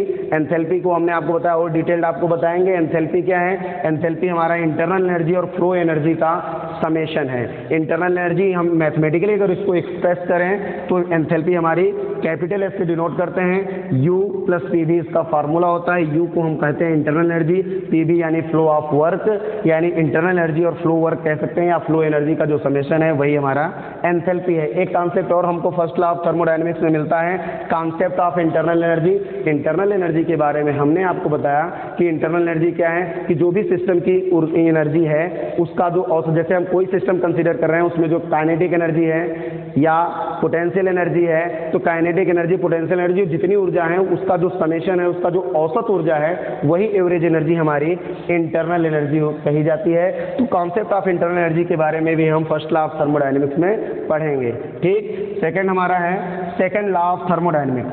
Second law of thermodynamics के बारे में अगर हम पढ़ें तो second law of thermodynamics basically हमको बताता है direction of heat flow. Second law of thermodynamics हमको डायरेक्शन ऑफ हीट फ्लो के बारे में बताता है। अब यहाँ देखिए क्लियर हो गया, जैसे हमने आपको पहले वीडियो स्टार्ट जो आपने लॉ ऑफ थर्मोडायनेमिक्स पढ़ाने से पहले हमने आपको बताया कि लॉ ऑफ थर्मोडायनेमिक्स में बेसिकली हम 4 लॉ पढ़ते हैं। Zeroth law of thermodynamics, first law, second law and third law of thermodynamics. हमने आपको बताया कि जीरोथ नाम क्यों आया। जीरोथ इसलिए आया क्योंकि फर्स्ट लॉ और सेकंड लॉ ऑफ थर्मोडायनेमिक्स के बाद जीरोथ लॉ ऑफ थर्मोडायनेमिक्स आया। और जीरोथ लॉ ऑफ थर्मोडायनेमिक्स का जो कॉन्सेप्ट है वो फर्स्ट लॉ और सेकंड लॉ से फंडामेंटल है, यानी उसको पहले आना चाहिए था, इसलिए थर्ड लॉ में उसको ले नहीं सकते थे, इसलिए उसको जीरोथ लॉ कहा गया। ठीक है, थर्मल इक्विलिब्रियम का कॉन्सेप्ट है। थर्मल इक्विलिब्रियम, कोई भी सिस्टम थर्मल इक्विलिब्रियम में तभी होगा जब उसमें हीट फ्लो होगा। हीट फ्लो होगा, वन बॉडी से हीट फ्लो होगा सेकंड बॉडी में, दूसरे ऑब्जेक्ट में, और दूसरे ऑब्जेक्ट से हीट फ्लो होगा फर्स्ट ऑब्जेक्ट में। जब तक हीट फ्लो तब तक होता रहेगा जब तक उनके बीच का टेम्परेचर डिफरेंस समाप्त न हो जाए। जब उनके बीच का टेम्परेचर डिफरेंस समाप्त हो जाएगा, यानी दोनों का टेम्परेचर सेम हो जाएगा, बराबर हो जाएगा, तो हीट फ्लो होना बंद हो जाएगा और सिस्टम हमारा थर्मल इक्विलिब्रियम में कहा जाएगा। यानी दोनों सिस्टम का टेम्परेचर जब आपस में इक्विवेलेंट हो जाएगा तो दोनों सिस्टम थर्मल इक्विलिब्रियम में कहे जाएंगे, यानी हीट फ्लो करेगा। तो जीरोथ लॉ ऑफ थर्मोडायनेमिक्स में हीट फ्लो की बात कही गई, लेकिन डायरेक्शन ऑफ हीट फ्लो की बात नहीं कही गई। ठीक ना, उसमें ये हमको पता नहीं है कि ऑब्जेक्ट, जैसे हमने 2 ऑब्जेक्ट कंसीडर किया है, हीट फ्लो होगा, दोनों ऑब्जेक्ट का टेम्परेचर आपस में इक्विवेलेंट है, लेकिन उसमें ये नहीं बताया जाता कि हीट हॉट बॉडी से कोल्ड बॉडी में, यानी हायर टेम्परेचर से लोअर टेम्परेचर में, या लोअर टेम्परेचर से हायर टेम्परेचर में हीट फ्लो होगा। ऐसा हम जीरोथ लॉ ऑफ थर्मोडायनेमिक्स में नहीं पढ़ते हैं। ठीक ना, तो जीरोथ लॉ ऑफ थर्मोडायनेमिक्स हमको डायरेक्शन ऑफ हीट फ्लो नहीं बताता है। तो सेकंड लॉ ऑफ थर्मोडायनेमिक्स हमको डायरेक्शन ऑफ हीट फ्लो बताता है। तो डायरेक्शन ऑफ हीट फ्लो बताता है, तो डायरेक्शन ऑफ हीट फ्लो के आधार पे हमको क्या मिलेगा, टेम्परेचर चेंज होगा। यानी एक बॉडी का टेम्परेचर से हॉट बॉडी से हीट फ्लो करेगा, यानी हायर टेम्परेचर से लोअर टेम्परेचर की ओर, यानी डायरेक्शन ऑफ हीट फ्लो का मतलब क्या है कि ये हमको सेकंड लॉ ऑफ थर्मोडायनेमिक्स से बताता है कि हीट जो फ्लो होता है उसका डायरेक्शन क्या होगा, हायर एनर्जी, यानी हायर टेम्परेचर ऑफ सोर्स से लोअर टेम्परेचर सोर्स की ओर, या हायर टेम्परेचर ऑफ सिस्टम से लोअर टेम्परेचर ऑफ सिस्टम की ओर हीट फ्लो करेगा। हमेशा हायर सिस्टम, जिस सिस्टम का टेम्परेचर हाई रहेगा उससे जिस सिस्टम का टेम्परेचर लो रहेगा उसमें हीट फ्लो करेगा। तो ये डायरेक्शन ऑफ हीट फ्लो बताता है सेकंड लॉ ऑफ थर्मोडायनेमिक्स। तो जब जीरोथ लॉ ऑफ थर्मोडायनेमिक्स आया तो उसने भी हीट फ्लो को ही बताया। ठीक, हीट फ्लो को बताया कि हीट फ्लो करेगा, सिस्टम से एक सिस्टम से हीट दूसरे सिस्टम में फ्लो करेगा, और दोनों का टेम्परेचर जब आपस में इक्विवेलेंट हो जाएगा तो हम कहेंगे सिस्टम हमारा क्या है, थर्मल इक्विलिब्रियम है। ये हमारा जीरोथ लॉ ऑफ थर्मोडायनेमिक्स बताता है, लेकिन वो ये नहीं बताता है कि वो डायरेक्शन क्या होगा, यानी कि डायरेक्शन हायर टेम्परेचर से लोअर टेम्परेचर की ओर होगा या लोअर टेम्परेचर से हायर टेम्परेचर की ओर होगा। ऐसा डायरेक्शन ऑफ हीट फ्लो के बारे में जीरोथ लॉ ऑफ थर्मोडायनेमिक्स नहीं बताता है। इसलिए जो जीरोथ लॉ ऑफ थर्मोडायनेमिक्स का कॉन्सेप्ट है वो सेकंड लॉ ऑफ थर्मोडायनेमिक्स का मूल है, लेकिन यहाँ क्या है, सेकंड लॉ ऑफ थर्मो, और डायरेक्शन बताने की आवश्यकता भी इसलिए नहीं है। क्यों? क्योंकि जो जीरोथ लॉ ऑफ थर्मोडायनेमिक्स बना वो सेकंड लॉ ऑफ थर्मोडायनेमिक्स के बाद बना। तो second law of thermodynamics already पहले से ही डायरेक्शन ऑफ हीट फ्लो बताता है कि सिस्टम क्या है, हायर टेम्परेचर सोर्स से, यानी एनर्जी हायर टेम्परेचर से लोअर टेम्परेचर ऑफ सिस्टम में एनर्जी ट्रांसफर होती है। यानी किसी भी सिस्टम का टेम्परेचर अगर अधिक है तो उससे लो टेम्परेचर को अगर कांटेक्ट में, यानी सिस्टम जिसका टेम्परेचर लो है उसको कांटेक्ट में रखा जाएगा, तो हीट क्या है, हायर टेम्परेचर ऑफ सिस्टम से लो टेम्परेचर वाले सिस्टम की ओर हीट फ्लो करेगी। तो डायरेक्शन ऑफ हीट फ्लो हमको सेकंड लॉ ऑफ थर्मोडायनेमिक्स में मिल गया था, इसलिए जीरोथ लॉ ऑफ थर्मोडायनेमिक्स में डायरेक्शन बताना आवश्यक नहीं समझा गया। ठीक, क्योंकि यहाँ पे हमको केवल हीट फ्लो के बारे में बताया गया कि एक सिस्टम से हीट फ्लो होगी दूसरे सिस्टम में जाएगी, या दूसरे सिस्टम से हीट फ्लो होगी पहले सिस्टम में आएगी, जब तब तक हीट फ्लो होती रहेगी जब तक उनके बीच का टेम्परेचर आपस में इक्विवेलेंट ना हो जाए। जब टेम्परेचर इक्विवेलेंट हो जाएगा तो दोनों के, यानी जब दोनों सिस्टम का टेम्परेचर आपस में इक्विवेलेंट हो जाएगा तो हीट फ्लो करना बंद हो जाएगी और हमारा सिस्टम थर्मल इक्विलिब्रियम में कहा जाएगा। ठीक है, तो यहाँ सेकंड लॉ ऑफ थर्मोडायनेमिक्स हमको देता है डायरेक्शन ऑफ हीट फ्लो के बारे में बताता है, और हीट फ्लो हमारा किधर करता है, flow from higher energy level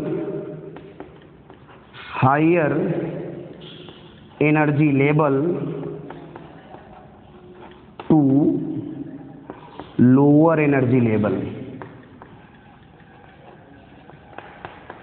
यानी आप कह सकते हैं हायर एनर्जी लेवल कह सकते हैं, आप कह सकते हैं higher temperature level to lower temperature level, यानी उच्च ताप स्रोत से निम्न ताप स्रोत की ओर या उच्च ताप स्तर से निम्न ताप स्तर की ओर हमेशा हीट का फ्लो होता है, एनर्जी के रूप में हीट फ्लो करती है एक बॉडी से दूसरे बॉडी में, यानी हायर टेम्परेचर की बॉडी से लोअर टेम्परेचर की बॉडी में हीट का फ्लो होता है। और इसके डायरेक्शन को बताया किसने? सेकेंड लॉ ऑफ थर्मोडायनेमिक्स हमको डायरेक्शन ऑफ हीट फ्लो के बारे में बताता है। और सेकेंड लॉ ऑफ थर्मोडायनेमिक्स और हमको क्या देता है? सेकेंड लॉ ऑफ थर्मोडायनेमिक्स हमको दूसरा एक कॉन्सेप्ट देता है, concept of entropy. Second law of thermodynamics हमको कॉन्सेप्ट ऑफ एंट्रोपी के बारे में बताता है, कॉन्सेप्ट ऑफ एंट्रोपी, ठीक है, कॉन्सेप्ट ऑफ एंट्रोपी के बारे में बताता है। Second law of thermodynamics direction of heat flow के बारे में बताता है, यानी हीट हमारी हायर एनर्जी लेवल यानी हायर टेम्परेचर लेवल से लोअर टेम्परेचर लेवल की ओर हीट हमेशा ट्रांसफर होती है, ये हम जानते हैं, ठीक है, ये हम सेकेंड लॉ ऑफ थर्मोडायनेमिक्स के में पढ़ेंगे। ठीक, आगे concept of entropy. Second law of thermodynamics हमारा कॉन्सेप्ट ऑफ एंट्रोपी के बारे में बताता है। एंट्रोपी को समझना बहुत ही कॉम्प्लिकेटेड है, इतना आसान नहीं है एंट्रोपी के बारे में समझना। एंट्रोपी को जनरली अगर हम सिंपली आपको एक डेफिनेशन के द्वारा हम आपको समझाना चाहते हैं, अगर वो समझ में आए, नहीं तो एंट्रोपी हम आपको क्लियर बताएंगे जब हम सेकेंड लॉ ऑफ थर्मोडायनेमिक्स को डीपली पढ़ने लगेंगे तब। अभी तो हम इसके ऊपर केवल डिस्कस कर रहे हैं कि सेकेंड लॉ यानी लॉ ऑफ थर्मोडायनेमिक्स हमको क्या क्या पढ़ना है, ठीक है। तो सेकेंड लॉ ऑफ थर्मोडायनेमिक्स में हमने आपको बताया कि second law of thermodynamics firstly हमारा तो डायरेक्शन ऑफ हीट फ्लो के बारे में बताता है, यानी हीट फ्लो की डायरेक्शन के बारे में बताता है कि हीट फ्लो कहाँ से किधर करेगा। हमने बताया कि हीट फ्लो किधर करेगी, flow from higher energy level to lower energy level, या कह सकते हैं higher temperature source to lower temperature source, यानी उच्च ताप स्रोत से निम्न ताप स्रोत की ओर ऊर्जा का यानी कि उष्मा का हमेशा प्रवाह होता है, हीट हमेशा ट्रांसफर होती है। सेकेंड कॉन्सेप्ट ये हमको बताता है कॉन्सेप्ट ऑफ एंट्रोपी के बारे में। एंट्रोपी को समझना बहुत ही कॉम्प्लिकेटेड है, सिंपली हम समझना चाहें अगर सिंपल भाषा में तो हम कह सकते हैं entropy is the measurement of randomness और डिसऑर्डर। रैंडमनेस और डिसऑर्डर, रैंडमनेस का मतलब रैंडमली जो पार्टिकल मूव करते हैं, तो जहां पार्टिकल हमारे डिसऑर्डर फॉर्म में होंगे वहां वही उसी का जो मेजरमेंट है वही हमारी एंट्रोपी है। अब ऐसे आपको क्लियर नहीं होगा, सिंपली एक एग्जांपल से हम आपको बताते हैं। जैसे हम किसी रूम की बात करें, किसी रूम को कंसीडर कर लें, एक रूम है, जैसे हमने उसको पूरी तरह से साफ किया हुआ है, डिसऑर्डर क्या है ये हम बताते हैं। रूम को हमने साफ किया हुआ है, पूरे सामान को हमने अरेंज्ड कर दिया है, कुछ जैसे जैसे समय बीतेगा, समय बीतता जाएगा वैसे वैसे धीरे धीरे रूम क्या होता है, अरेंज्ड फॉर्म से धीरे धीरे डिसऑर्डर में होने लगता है, सामान जो होते हैं धीरे धीरे अस्त व्यस्त हो जाते हैं। ठीक, यही हमारा है डिसऑर्डर। अब फिजिक्स में अगर हम डिसऑर्डर की बात करें तो डिसऑर्डर हम यहाँ से इस प्रकार से भी समझ सकते हैं, जैसे हम जानते हैं कि सॉलिड जो हमारा फेज होता है वो फेज हमारे तीन प्रकार के होते हैं, तीन अवस्थाएं होती हैं, हमको पता है सॉलिड, लिक्विड और गैस। तो हम सॉलिड कंसीडर करते हैं। सॉलिड में आपको पिछली कक्षाओं में बताया गया होगा कि सॉलिड क्या है, जिसके शेप, साइज या जिसका वॉल्यूम, जिसके बीच मॉलिक्यूल्स क्या हो, बहुत ही क्लोज हो एक दूसरे से, उनके बीच का मॉलिक्यूलर अट्रैक्शन बहुत ही ज़्यादा होता है, मॉलिक्यूल्स क्या होते हैं एक दूसरे से वेरी क्लोज होते हैं, या कह सकते हैं स्ट्रांग इंट्रामॉलिक्यूलर फोर्स। कहने का मतलब उनके बीच का अंतराणविक बल जो होता है, इंट्रामॉलिक्यूलर फोर्स होता है, बहुत ही स्ट्रांग होता है, बहुत ही मजबूती के साथ जुड़े होते हैं।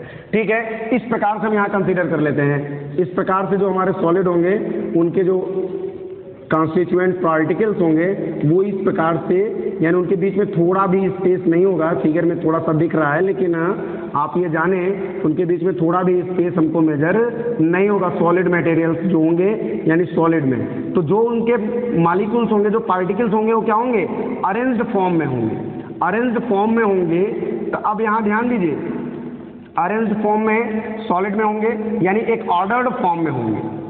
अब यहाँ से अगर इसकी लिक्विड स्टेट की बात की जाए तो लिक्विड स्टेट में हम कंसीडर करते हैं यहाँ जो मॉलिक्यूल्स होंगे वो अरेंज फॉर्म होंगे, इंट्रामॉलिक्यूलर फोर्स से स्ट्रांगली इंटरेक्ट होंगे, जिसके कारण ये यानी अपने पोजीशन से इधर उधर हिल नहीं सकते, यानी कहने का रैंडमली मूव नहीं कर सकते हैं। ठीक, यानी डिसऑर्डर फॉर्म में नहीं आ सकते हैं। लेकिन अगर लिक्विड स्टेट में हम कंसीडर करें तो लिक्विड स्टेट में जो हमारे मॉलिक्यूल्स होते हैं वो थोड़े दूर होते हैं in comparison to solid state. Solid की अपेक्षा लिक्विड स्टेट में जो मॉलिक्यूल्स होंगे वो थोड़े दूर होंगे।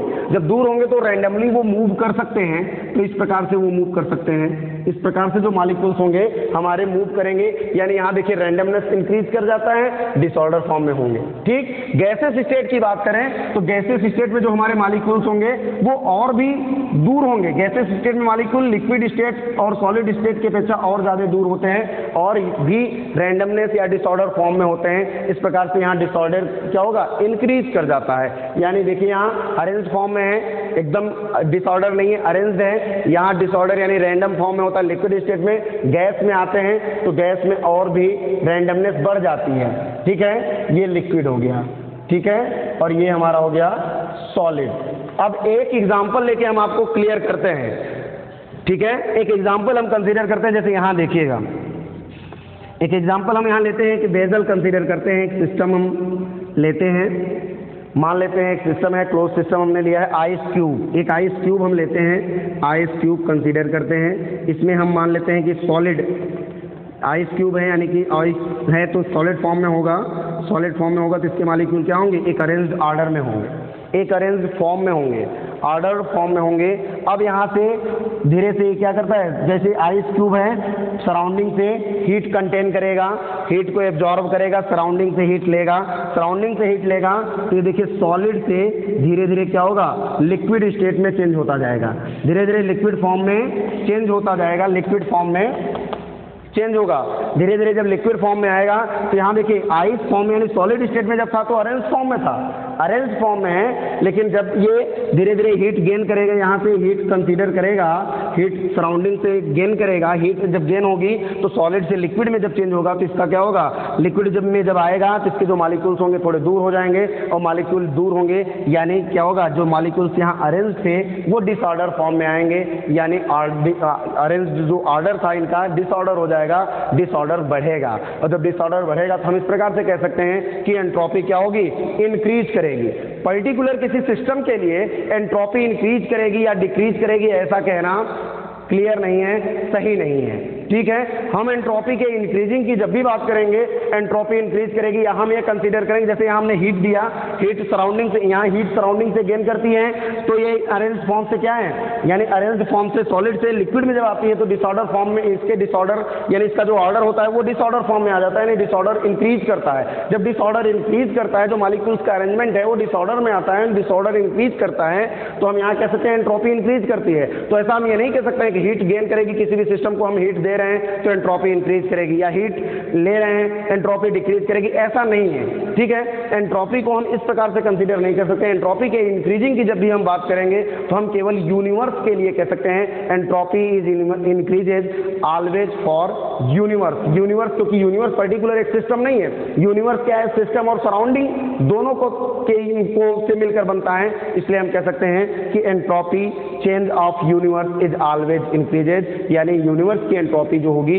वो ऑलवेज सदैव इंक्रीज करती है। किसी एक पर्टिकुलर सिस्टम से में को हम एंट्रोपी इंक्रीज या डिक्रीज नहीं कर सकते। किसी एक सिस्टम के लिए किसी स्टेट में हम एंट्रोपी को इंक्रीजिंग कंसीडर कर भी सकते हैं, लेकिन हम ऑलवेज या जनरली उसको जनरलाइज नहीं कर सकते हैं अपनी भाषा में, इसलिए हम कंसीडर करेंगे जब भी एंट्रोपी चेंज की बात होगी, एंट्रोपी इंक्रीजिंग की बात होगी तो एंट्रोपी हमेशा इंक्रीज की बात होगी या चेंज की बात होगी तो हम किसके लिए कंसीडर करेंगे, केवल यूनिवर्स के लिए कंसीडर करेंगे। तो इस प्रकार से हमने ये देखा डिसऑर्डर फॉर्म के आधार पे। एनर्जी की बात अगर हम करें, एनर्जी के लेवल पे अगर कंसीडर करें तो एनर्जी के लेवल पे भी हम ये जानते हैं कि जैसे एनर्जी है वो अगर स्टोर्ड फॉर्म में है, एनर्जी जो हमारी है अगर वो स्टोर्ड है, कंसंट्रेटेड है, किसी एक पॉइंट पे किसी एक फाइनाइट मास के लिए एनर्जी कंसंट्रेटेड है तो इस एनर्जी को वर्क फॉर्म में कन्वर्ट करना ईजी होता है। बट अगर वो कंसंट्रेटेड नहीं है, डिस्ट्रीब्यूटेड है, तो हम एनर्जी को वर्क फॉर्म में कंसीडर नहीं कर सकते हैं। एक यानी कहने का मतलब एनर्जी का कोई यूटिलाइज नहीं, यूज नहीं कर सकते हैं।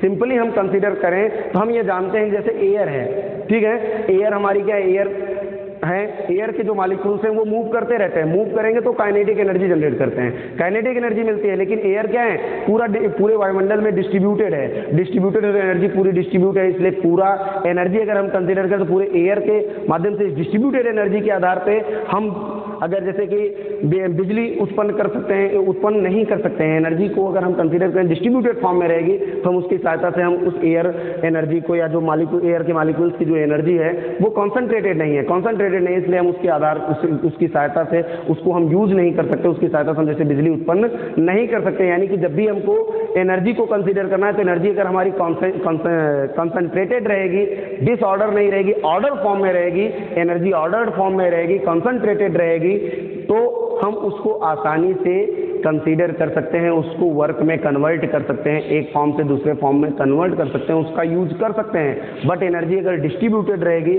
तो हम उसको वर्क में यानी कन्वर्ट नहीं कर सकते हैं, उसको यूज में नहीं ले सकते हैं। जैसे हमने आपको बताया एयर के लिए, एयर क्या है, डिस्ट्रीब्यूटेड है, पूरे पृथ्वी पे एयर डिस्ट्रीब्यूट है, तो एयर क्या है, पूरा डिस्ट्रीब्यूटेड है, तो इसको हम एनर्जी के रूप में कंसीडर नहीं कर सकते, इसके आधार पर हम बिजली उत्पन्न नहीं कर सकते हैं। समझ रहे हैं ना? इसके लिए हमको क्या करना होगा, एनर्जी को ऑर्डर फॉर्म में लाना होगा।